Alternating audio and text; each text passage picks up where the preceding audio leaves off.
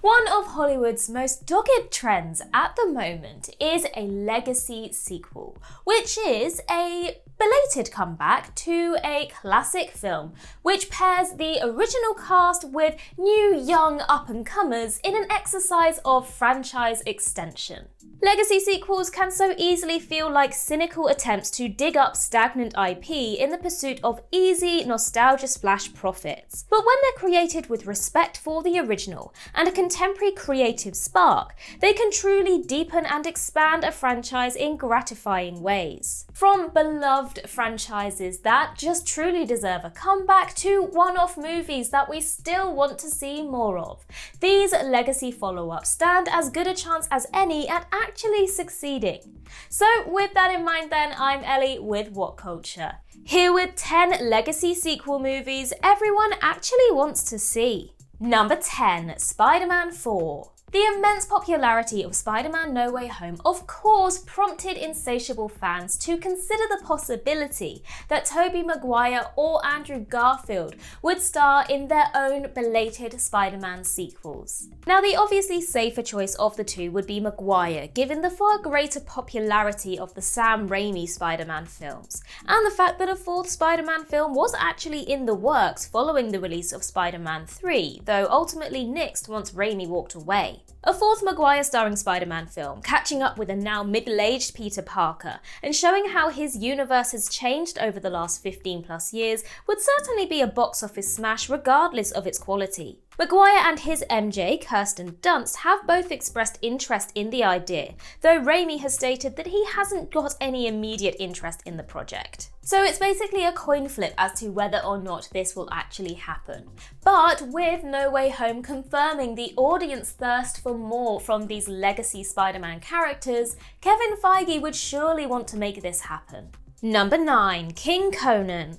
While certainly not the most popular IP on this list, there's still a lot of love for Arnold Schwarzenegger's Conan movies, 1982's Conan the Barbarian, and its less successful 1984 follow-up, Conan the Destroyer. Now, a third film, Conan the Conqueror, was originally planned for a 1987 release, but it ultimately fell into development hell amid contractual issues and Arnie's busy schedule. Now, in recent years, there has been periodic talk of a belated threequel with titles such as The Legend of Conan or King Conan, which would focus on a now older Conan presiding over his kingdom. And honestly, it feels like a perfect fit for the legacy sequel format, allowing Arnie to revisit one of his most iconic roles, while the heavy lifting action-wise can be done by a younger actor, presumably playing Conan's son, who is training to take up his father's mantle. Given how grizzled and badass Arnie looks in his mid-70s today, King Conan could be a fitting capper for his big screen action movie career, giving him a curtain call that comes full circle back to one of his major breakthrough roles. Number 8, National Treasure 3.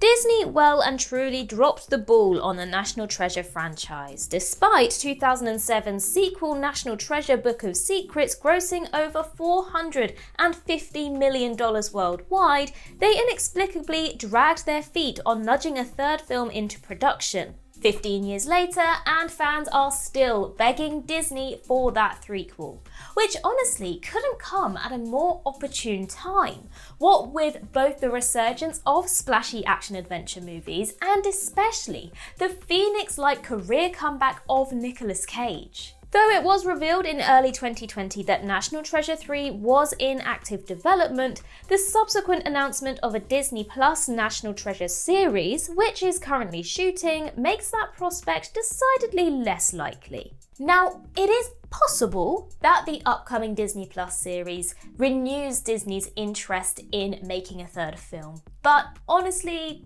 I wouldn't hold my breath. Number 7, Kill Bill Volume 3. Although Kill Bill Volume 2 tied up Quentin Tarantino's iconic revenge duology in relatively tidy fashion, there was one memorable thread left dangling. After the bride kills former comrade Vanita Green in Volume 1, she's interrupted by Vanita's daughter Nikki and informs her that if she craves revenge when she's older, she'll be waiting. Now, that is basically a perfect setup for a decades later threequel in which Nikki chases down the bride.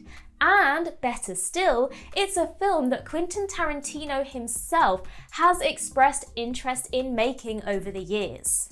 Now, there's even been some surprisingly robust fan casting in that regard, with Uma Thurman's daughter Maya Hawke, who's currently killing it on Stranger Things, favoured to play the bride's daughter Bibi, while many have suggested Zendaya to play an adult Nikki. Now, both Maya Hawke and Zendaya have expressed enthusiasm for the idea, but considering that Quentin Tarantino has suggested that his upcoming 10th film will be his last, there's no guarantee that Kill Bill 3 will be it. Number 6. Bigger Trouble in Little China. Big Trouble in Little China is one of the most iconic action-adventure films of the 1980s, brought to ludicrously entertaining life by an arguably never better Kurt Russell and the top of his game directorial chops of John Carpenter. Now, although it was a box office flop upon its original release, Big Trouble has endured over the last 35 plus years as a cult classic, a wonderfully unhinged genre film that in a just world would have spawned a glut of sequels. But we'll settle for just one new movie that dusts off an aged Jack Burton for another go around. Sadly, due to the original film's commercial failure, it's actually a lot more likely that we'll get the oft whispered about soft reboot, which has been in development since 2015 with Dwayne Johnson set to star. Although there's no guarantee whether this reboot or a legacy sequel will actually be made, there is no doubt that there are plenty of fans of Carpenter's original who would just love to see an older Jack Burton in the fray once again. Number 5. Matilda the Professional. Luc Besson's Leon the Professional is one of the most iconic and entertaining action thrillers of the 1990s. It's a terrific film that concludes with Leon sacrificing himself to save Matilda, after which Matilda re-enrolls at school and is watched over by Leon's mafioso boss Tony. Almost 30 years have passed since the release of Leon, and fans continue to float the idea of a legacy sequel which would catch up with a now adult Matilda. Given that Portman is now just a few years younger than Jean Reno was when he starred in the original, it'd be fitting for Matilda to end up training her own young assassin in the present. But there is one big elephant in the room, and that is Luc Besson, who has been accused of sexual assault by numerous women in recent years. And given that Besson would likely benefit financially from a Leon sequel, it is a bit of a hornet's nest from a PR perspective. But if the film could be detangled from Besson entirely and developed without his involvement or benefit, then there is definitely fertile foundation for a belated follow-up. Number 4. 28 Years Later. Ever since the release of 28 Days Later's surprisingly solid sequel 28 Weeks Later, fans have been wondering when Danny Boyle and company would get around to making a third film, tentatively titled 28 Months Later. The project has been in the works since before 28 Weeks Later was released in 2007, though has effectively entered development hell, despite attempts by original director Boyle and writer Alex Garland to get the ball rolling as recently as 2019. But considering how much time has passed, it'll soon enough make sense to reimagine the third film as 28 Years Later. Now, the original film came out 20 years ago in 2002.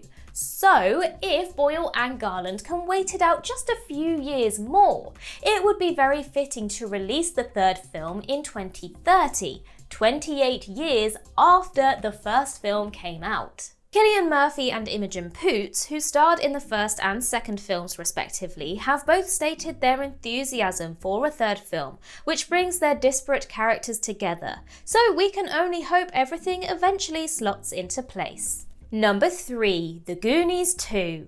1985's action-adventure classic The Goonies was a phenomenal commercial success upon release, enough that a sequel seemed like a pure slam-dunk proposition. And yet, for reasons that have never been made entirely clear, Warner Brothers hasn't ever expressed much interest in a sequel, and with various actors wavering on their enthusiasm for The Goonies 2 over the years, it's just never quite come together. And with director Richard Donner sadly passing away last summer, the outlook now looks even more bleak on a sequel ever being made, despite the fact that many of the young stars are now considerably more famous. A legacy sequel led by Josh Brolin, Sean Astin and Jonathan Ke-Huy Quan, as they team up with their own kids on another adventure, basically writes itself. And while it wouldn't be surprising to anyone if a direct-to-streaming reboot series was to come out in the future, what fans really want is a direct continuation that pays firm tribute to Donner's original classic, not some soulless retread banking on brand recognition alone.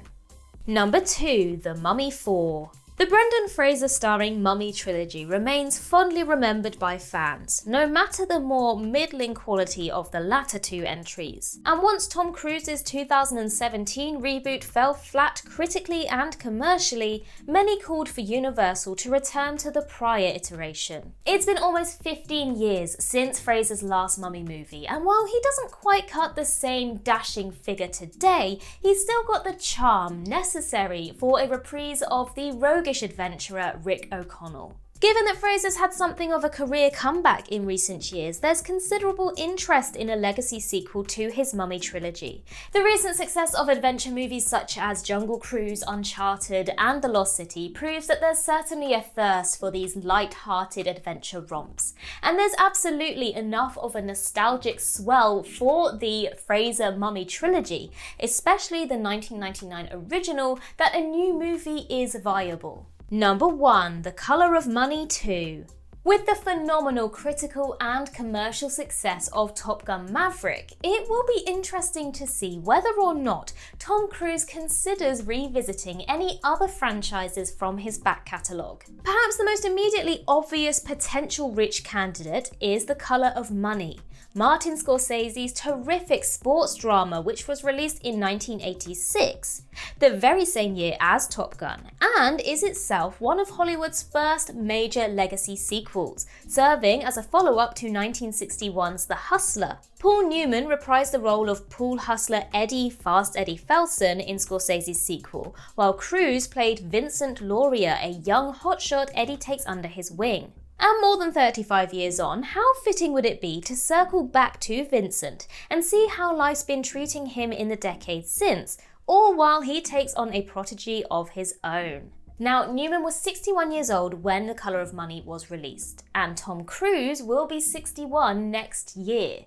So timing-wise, it seems very much like the stars are aligning for this one. Simply being back in this world and seeing Cruise in a more dramatic role that reminds us of his firm acting chops would be greatly welcomed though. And that concludes our list. If you think we missed any, then do let us know in the comments below, and while you're there, don't forget to like and subscribe and tap that notification bell so you never miss a video again. I've been Ellie with What Culture. I hope you have a magical day, and I'll see you real soon.